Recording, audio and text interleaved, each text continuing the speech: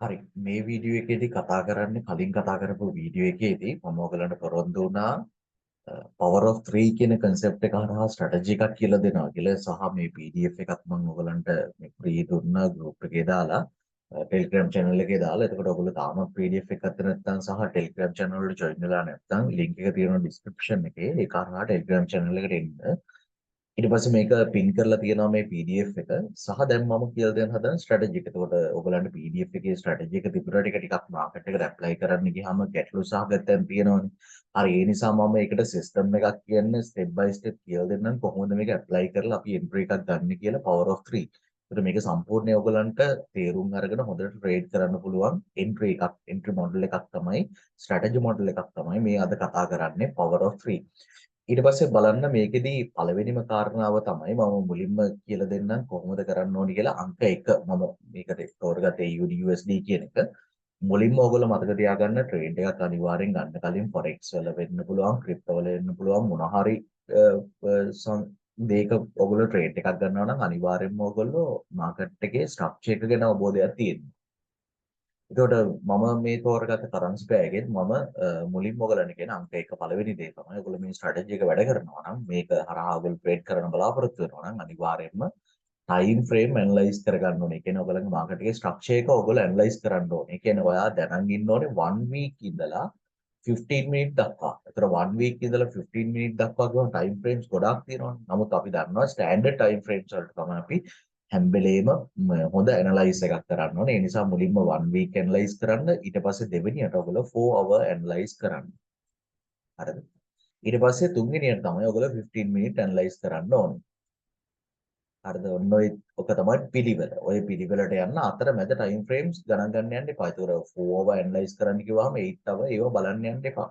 ඒතකොට ඩේලි බලන්න ඕනෙත් නෑ. අපිට 1 week බලලා 4 hour 15 වලට ගියා නම් හරි.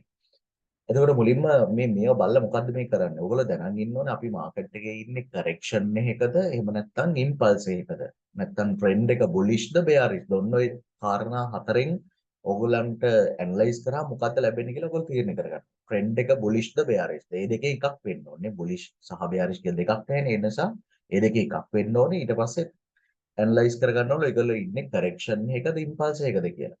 ඒතර අපි මේ කතා කරන charts හැම එකේම එක අපි තේරුම් ගත යුතුයි. හරි. දැන් අපි ඉන්නේ 1 week වල AU chart එකේ. එතකොට ඔයගලන්ට පේනවා AU chart එකේ මේ පොඩි දුරක් ඔයගල මුලින් ඇනලයිස් කරන්න. මේ ලොකු දේවල් ඇනලයිස් කරන්න යන්න එපා. මොකද weekly chart එකක අපිට මෙච්චර දුරවල් ඇනලයිස් කරලා තේරුමක් නැහැ. මොකද මේවා අපිට එනකම් බලන් ඉන්න කාලයක් නැහැ. ඒ නිසා අපි සරලව මේක තේරුම් ගත්තොත් අපි මේ ඉන්න කොටස මෙන්න මේ පොඩි කොටස විතරක් තේරුම් ගත්තොත් ඔයගලන්ට පේනවා සරල ඩවුන් ට්‍රෙන්ඩ් එකක අපි ඉන්නේ.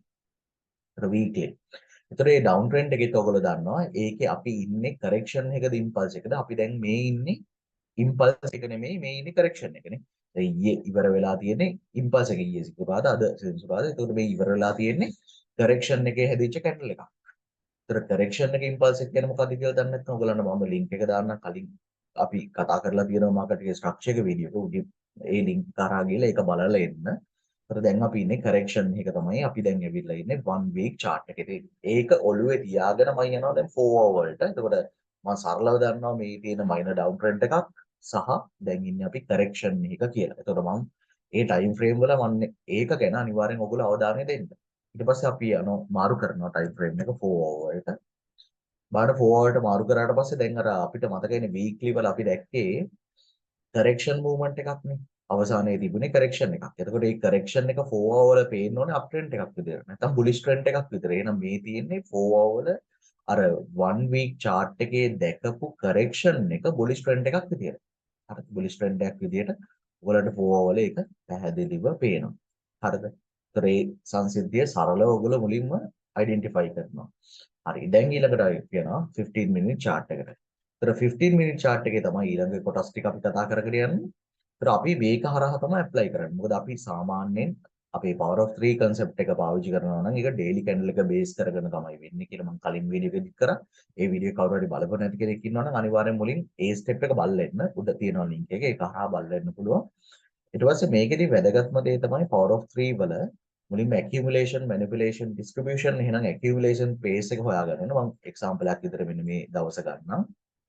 හරිද? මේ තියෙන කවද්ද?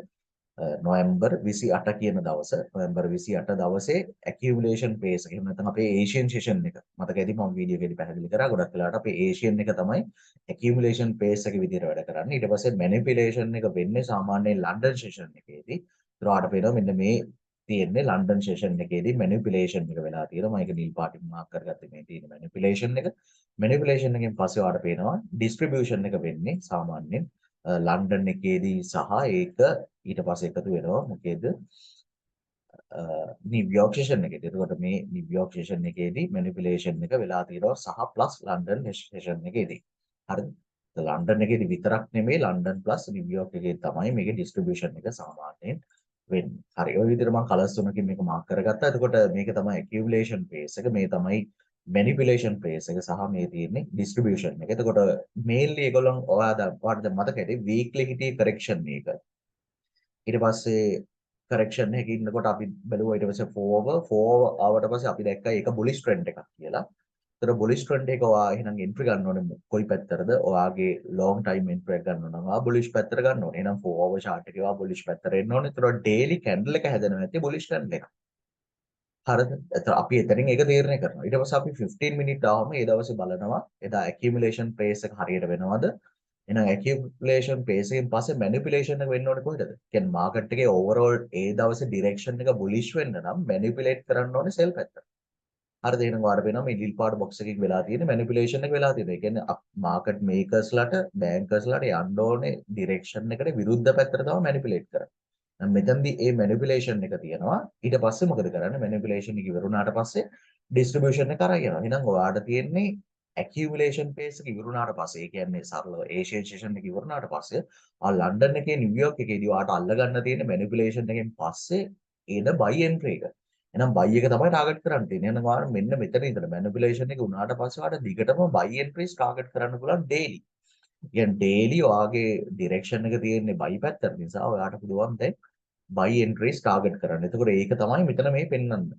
මෙතනින් අපිට ගන්න තියෙන strategy එක. එතකොට ඔයා market එකේ අර කියපු විදිහට weekly 4 hour 15 හරියට ඇනලයිස් කරන් ආවට පස්සේ දැන් අපිට යන්න පුළුවන්. දැන් 15 වල අපි ඇනලයිස් එක කරමු බලන්න. 15 වල අපි සරලව පොඩියට ඇනලයිස් කරමු පිටිපස්සට යන්න නැතුව ලොකුවට. ඒතර ආඩ වෙන විතර break of structure එකක් දීලා තියෙනවා. break of structure එකෙන් ඔයගොල්ලෝ අර දන්න හරිය සරලම ක්‍රමය තමයි PDRS බලන එක. එහෙම නැත්නම් අපි කියනවා premium discount. එහෙම නැත්නම් අර 50% බලන rule එකට යනවා.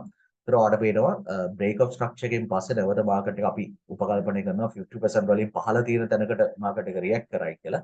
ඒතර ආඩ පේනවා 50% වාර කරන්න තියෙන්නේ 50% වලින් පහළ තියෙන possible POIs select කරගන්න එක. possible POIs කියලා කියන්නේ fair value gap එකක් plus එක තියෙන OB එකක් වෙන්න පුළුවන්. එතකොට හොඳ තැනක් අපි select කරගන්න ඕනේ. liquidity sweep එකක් වෙන්න පුළුවන්. ඒතර අපි මෙතන බැලුවොත් මෙතන ඔයාලට පේන්න තියෙනවා FEG එක මෙතන cover කරලා තියෙනවා. ඊට පස්සේ ඔයාලට මෙතන පැහැදිලි OB එකක් තියෙනවා. ඒක මෙතනදී sweep වෙනවා.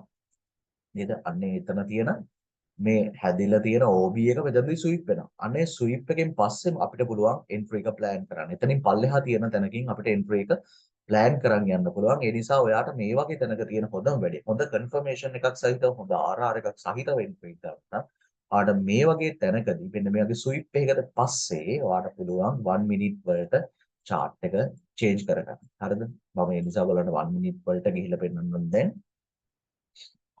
හරි දැන් අපි ඉන්නේ 1 minute chart එක අපි බලමු එතනට 1 minute වලට ගිහිල්ලා AUD USD හරි දැන් අපි ඉන්නේ 1 minute වල ඔයාලට පේනවාද 1 minute වල අර 15 minute වල මම ලකුණු කරගත්ත sweep එක මේ තියෙනවා ඔයාලට පුළුවන් එතනින් පස්සේ මේකට chart එකට enter වෙන්න හරිද ඒ sweep එකෙන් පස්සේ එතකොට ඒකෙත් පේනවා ඔයගලන්ට major change of character එකක් 1 minute වල දීලා තියෙනවා මෙතන හරිද එතනින් පස්සේ ඔයගලන්ට පුළුවන් මේක හරහා entry එකක් ගන්න හරිද ඔයගොල්ලෝ ඇල්ගොරිතම් එක ෆලෝ කරනවා නම් ඔයගොල්ලන්ට ඩිරෙක්ට් එන්ට්‍රි එකක් මෙතනින් හම්බ වෙනවා දැන් මම වැඩිපුර ෆලෝ කරන්නේ ඔයගොල්ලෝ දන්නවා අපි වෙන්ටර්ෂිප් වල කතා කරන්නේ ඇල්ගොරිතම් එක ස්මාර්ට් මනි වලට අමතරව දැන් මේ දවස්වල වැඩිපුර හයිලයිට් කරලා කතා කරන්නේ ඇල්ගොරිතම් එක. ඒතකොට අපිට මෙතන ඇල්ගොරිතම් එක හරහා ට්‍රේඩ් එකක් තියෙනවා අනිවාර්යයෙන්ම.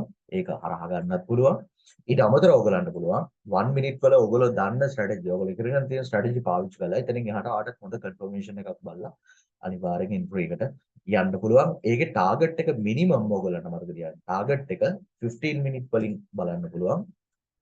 හොඳ ටාගට් එකක් තියන්න පුළුවන් 15 minute වල ඔයගොල්ලෝ දන්නවා සාමාන්‍යයෙන් break of structure එකට පස්සේ මේ එන correction movement එක at least අපි බලාපොරොත්තු වෙනවා මෙන්න මේ level එකටවත් එයි කියලා. ඒ නිසා ඔයාට මෙතනින් ගන්න entry එකේ target එක මේ level එකට අනිවාර්යෙන් තියන්න පුළුවන්. ඒතර මේක target point එකක් විදිහට පාවිච්චි කරන්න පුළුවන්. ඒතර මේක බලන්න PO3 වලින් power of 3 වලින් විතරක් බලපු එකක්. ඒකට ඕගොල්ලෝ දන්න ඒවත් ඇඩ් කරගත්තා. පස්සේ ඕගොල්ලන්ගේ ඒ ස්ට්‍රැටජි වලින් ගත්ත ඒවත් එක්ක PO3 ඇඩ් කරගත්තා. නැත්නම් power of 3 ඇඩ් කරගත්තාම ඔයගලන්ට ලොකු confirmation එකක් සහිතව entry එකට යන්න පුළුවන්. ඒතකොට මේකේ සාමාන්‍යයෙන් මේ වගේ තැනකින් ගත්තොත් RR එක අනිවාර්යෙන් 10කට වඩා වැඩි ලොකු RR එකකට එනවා. හරිද? ඒක තමයි වැදගත්ම දේ. එතකොට මම මේ liquidity sweep ගැන කතා කරා. මේ වචන ඔයගොල්ලන්ට හුරු පොදු නැත්නම් ඒව ගැන වෙනම වීඩියෝ කරන්නම්. ඔය මේ සාමාන්‍ය YouTube වල නැති කාරණා. ඒ කියන්නේ මම කතා කරන ස්ටෙප්ස් ගොඩක් ඒවා YouTube වල නෑ. ඒ තියෙන ස්ටෙප්ස් වලින් නෙමෙයි මම කතා කරන්නේ. හරිද? ටිකක් වෙනස් විදිහට කතා කරන අපේ ඇල්ගොරිතම් එක ෆලෝ කරන ටිකක් වෙනස් විදිහකට. ඒත් ඔයගලන්ට කැමති නම් අපේ memberships වලට join වෙන්න පුළුවන්. link එක තියෙනවා description එකේ Telegram channel එකට join වෙන්න. ඒ හරහා පුළුවන් ඔයගලන්ට contact කරගන්න මාව. අපි ඊළඟ වීඩියෝ එකේදී හම්බෙමු. අලුත් strategy එකක් සහ අපි ඉස්සරහට තව ICT trading ගැන සිංහලෙන් ගොඩක් දේවල් කතා කරමු. Thank you.